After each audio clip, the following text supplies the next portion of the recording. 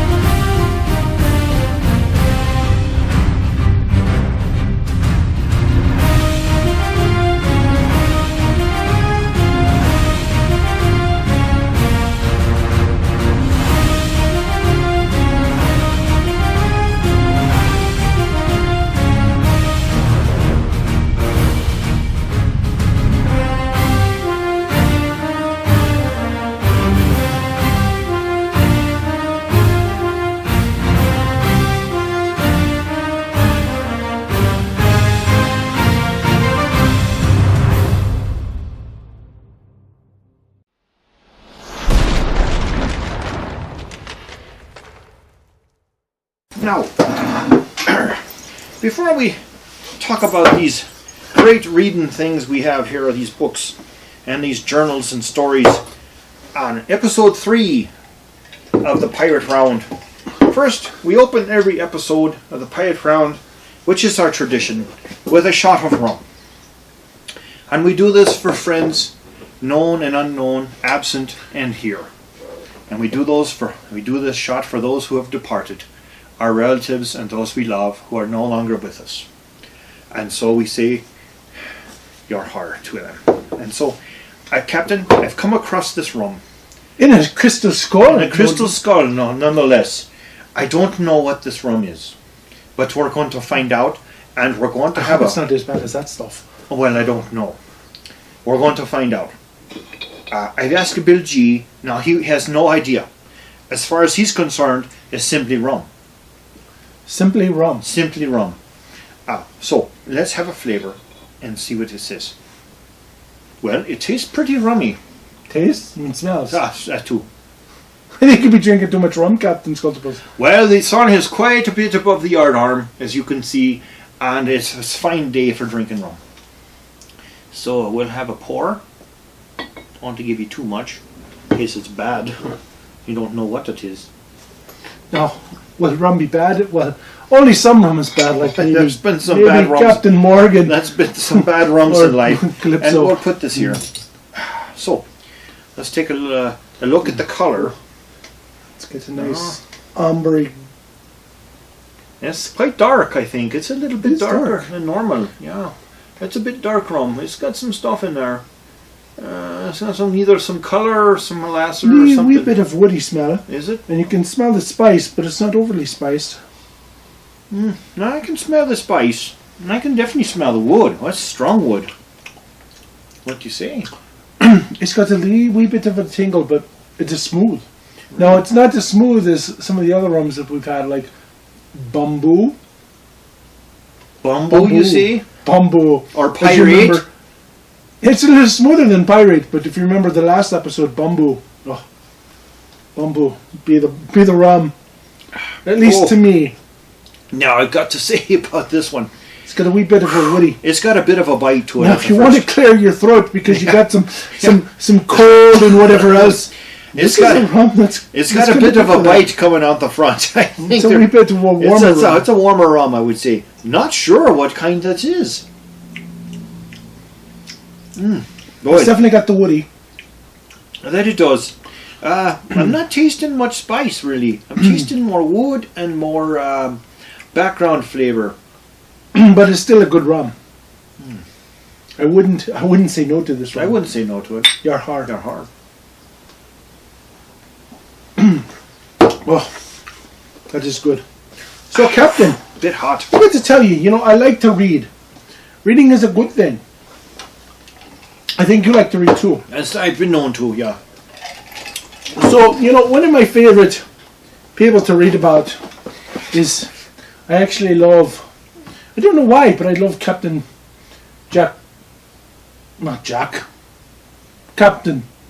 Rackham. Jack Rackham. That'd be. With his, I'd be drinking too much rum. his name be John Rackham. John Rackham. And then Some you call can know him him Jack. Jack. That's true. Jack is short for John. It'd be. So, I love reading about Calico Jack. Yes. And He's called Calico Jack, because he wore fancy calico-coloured clothes. And for those of you who don't know what calico is, now it's a type of cotton fabric of many colours woven together. And it could be contrasting colours like blue and white or brown and white or something and it usually of the sort. had patterns to it. It had patterns to It was it. very popular in the 1800s. Yes. And he was called Calico Jack because he wore coats and pants made of bright colours. So anyway, Calico Jack, he'd be a favourite of mine. But it's more so Anne Bonny and Mary Read. I have a huge fondness for Mary Read because, Mary and Anne were two of the most famous female pirates that we've ever sailed. There's a lot of myth behind them and how much is truth and how much is fact.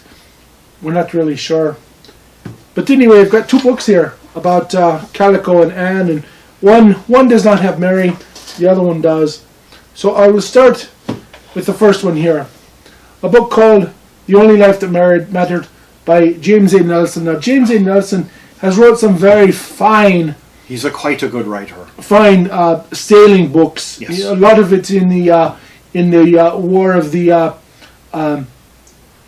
1800s with America and England, the War of 1812, and some in the Civil War and other ones. Yes. The Only Life That Mattered is one of his few pirates. He has another one called the Blackbirder series that maybe we'll talk about some other time in the future.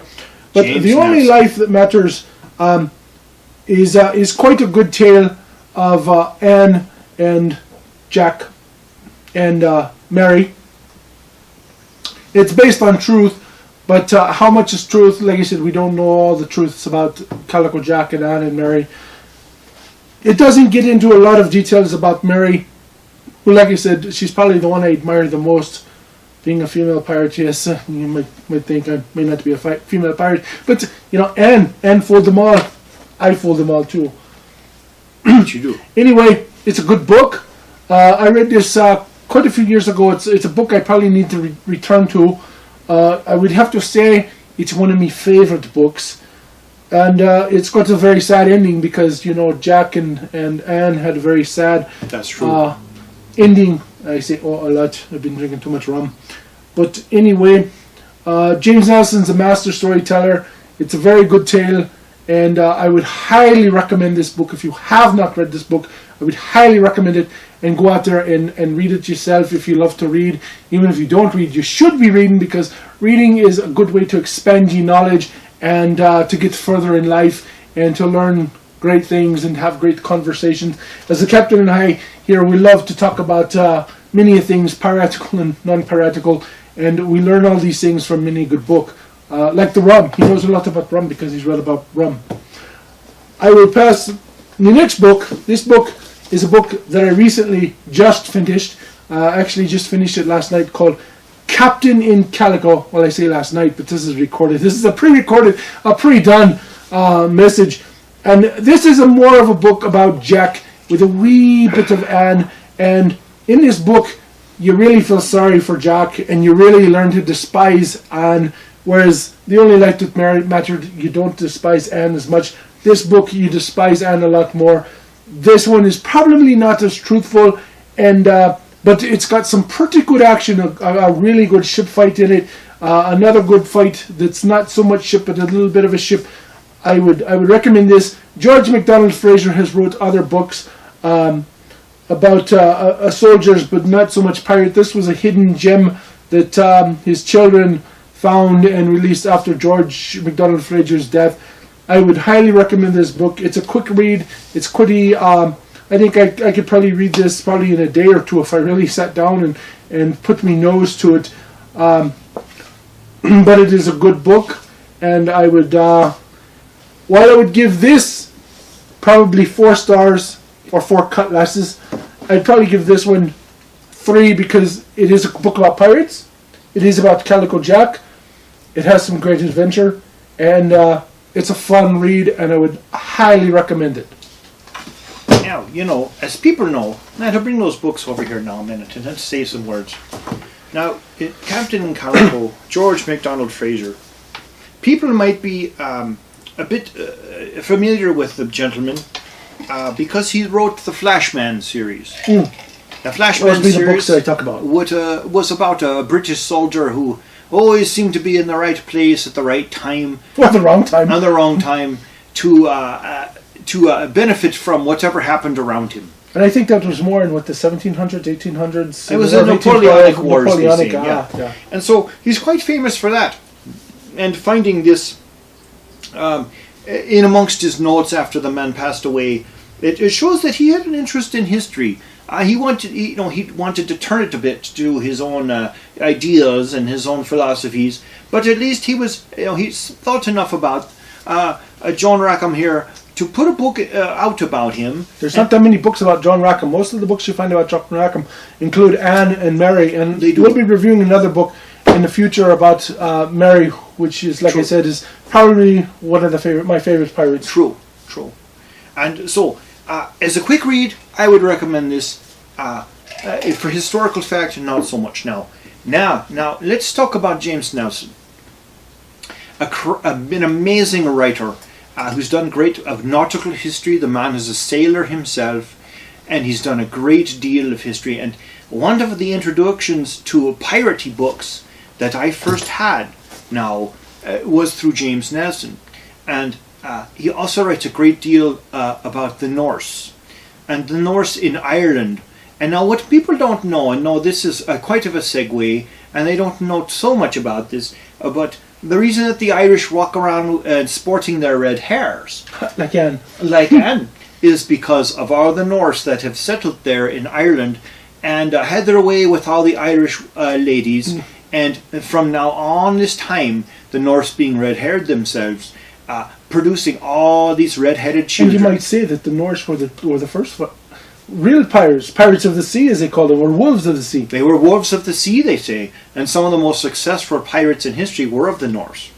And so I would recommend almost every book that James Nelson has written. He's quite an amazing author, and I find nothing but pleasure in reading his books on long voyages, between plunders and things such as that sort. So I just wanted to put that in there, even though the Scarlet Raven herself has done quite a good job in talking about that now. So, I would like to bring up my own stories here. And now these, of course, are not based in fact, but these, of course, are based on legend. And everyone knows about the great story Treasure Island, which is introduced... Captain Flint and John Silver and little... Which is his Jim name? Horkins. Jim, yes, little Jim. Little Jim Horkins. So, now, everyone knows about that, the Treasure Island. So, but there's quite a bit of mystery about the Treasure Island and what might have taken place beforehand. And so, this gentleman, John Drake... Oh, so it's kind of like the Black Sails. It is. It's a prequel. It's a bit of a different tale. It is, but what they call it a prequel. And now a prequel is basically a story that comes beforehand. And so in this prequel we have the story of Flint and Silver, that being Captain Flint and Long John Silver. And in these stories by John Drake, quite an excellent writer, very good in presenting in nautical lore and nautical legends, and John Drake then presenting these three books. We have Flint and Silver, we have Skull and Bones, right here, and we have Bill G. No rum, Bill G. And we have Pieces of Eight. Now these three books then talk about the relationships between a Captain Flint, Long John Silver, and of course Long John Silver's wife, Selena, and all the different adventures that they had before Treasure Island took place.